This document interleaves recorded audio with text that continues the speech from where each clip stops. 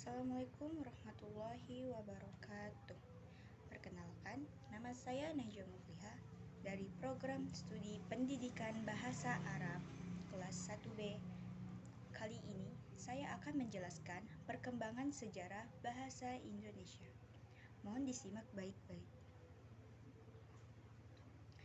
Sejarah bahasa Indonesia berawal dari bahasa Melayu yang disahkan menjadi bahasa persatuan ketika Sumpah Pemuda tahun 1928. Perkembangan bahasa Indonesia didorong oleh kebangkitan nasional, di mana di dalamnya terdapat peranan penting pada kegiatan politik, perdagangan, surat kabar, maupun memodernkan bahasa Indonesia. Perkembangan bahasa Indonesia, lisan maupun tulisan, berkembang mulai pada saat terbentuknya, yaitu pada 28 Oktober 1928. Bersamaan dengan momen Sumpah Pemuda, setelah terbentuk bahasa Indonesia terus berkembang seiring berlakunya ejaan Van Ophuijsen Suwandi, Melindo, bahkan hingga ke ejaan yang disempurnakan atau bisa disebut IYD. Bahasa Indonesia mengalami 3 fase perkembangan sejak kelahirannya pada 28 Oktober 1928 hingga terbitnya Undang-Undang Nomor 24 Tahun 2009 tentang bendera, bahasa, dan lambang negara, serta lagu kebangsaan. 3 fase itu mencakup 1.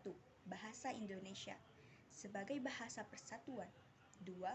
Bahasa Indonesia sebagai bahasa resmi negara, dan 3. Bahasa Indonesia sebagai bahasa internasional. Metode penelitian yang digunakan ialah analisis konten. Sumber data yang digunakan ialah buku dokumentasi dan foto yang merekam peristiwa bahasa Indonesia. Selama turunnya waktu 81 tahun, hasil penelitian menunjukkan bahwa satu bahasa Indonesia sebagai bahasa persatuan ditandai ejaan Van Ophuijsen dan Kongres Bahasa Indonesia 1. 2. Fase bahasa Indonesia sebagai bahasa resmi negara ditandai pasal 36 Undang-Undang 1945, Kongres Bahasa Indonesia 2, Perseminar Politik Bahasa Nasional 1974, Seminar Politik Bahasa Nasional 1975, Ejaan Suwandi 1947 dan ejaan yang disempurnakan 1972, dan 3 fase bahasa Indonesia sebagai bahasa internasional ditandai Kongres Internasional Bahasa Indonesia.